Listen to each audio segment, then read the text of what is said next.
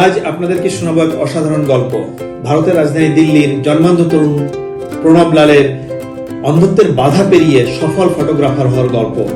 যিনি কিনা বিশ্বাস করতেন যে ইচ্ছা শক্তি থাকলে সফল হওয়ার জন্য কোনো বাধাই অতিক্রম করা অসম্ভব নয়। জন্ম থেকেই সে রেটিনোপ্যাথি নামক এক দুরারোগ্য ব্যাধিতে আক্রান্ত ছিলেন। অনেক চেষ্টার পরেও তিনি চোখে দেখতে পারেননি, কিন্তু স্বপ্ন ছিল তার। তিনি চেয়েছিলেন তার ক্যামেরায় পৃথিবীর সৌন্দর্য ধরে রাখার। চারপাশে সবাই মনে করত এটা একেবারেই তার পক্ষে অসম্ভব। পরিবার পরিজন, আত্মীয় স্বজন, বন্ধু বান্ধব একেবারেই হাল ছেড়ে দিয়েছিলেন, কিন্তু প্রণব কখনো থেমে যাননি। নিজের প্রতি বিশ্বাসী ছিল তার সবচেয়ে বড় শক্তি। দীর্ঘ অনুসন্ধান এবং পরিশ্রমের পর তিনি খুঁজে পান এমনই একটি সফটওয়্যার যার নাম দি ভয়েস। এই প্রযুক্তি চোখে দেখা ছবিকে শব্দের মাধ্যমে উপলব্ধি করার সুযোগ করে দেয়। বিভিন্ন সুর, স্বর ও শব্দের মাধ্যমে সেই সফটওয়্যারটি বস্তুগুলির আকার, রেখা, আলো, উচ্চতা এবং দূরত্ব সম্পর্কে ধারণা দেয়।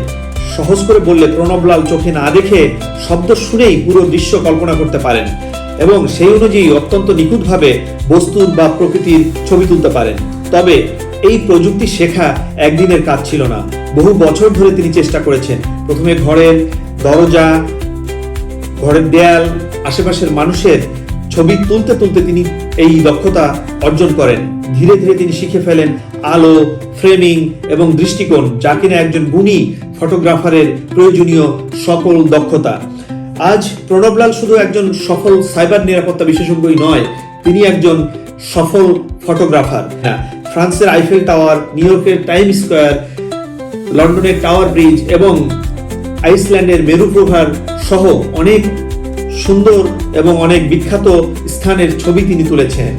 প্রণব লালের জীবন আমাদের এই শিক্ষা দেয় যে নিরলস পরিশ্রম এবং দৃঢ় মনোবল থাকলে সফলতার পথে কোনো প্রতিবন্ধকতাই বাধা হতে পারে না।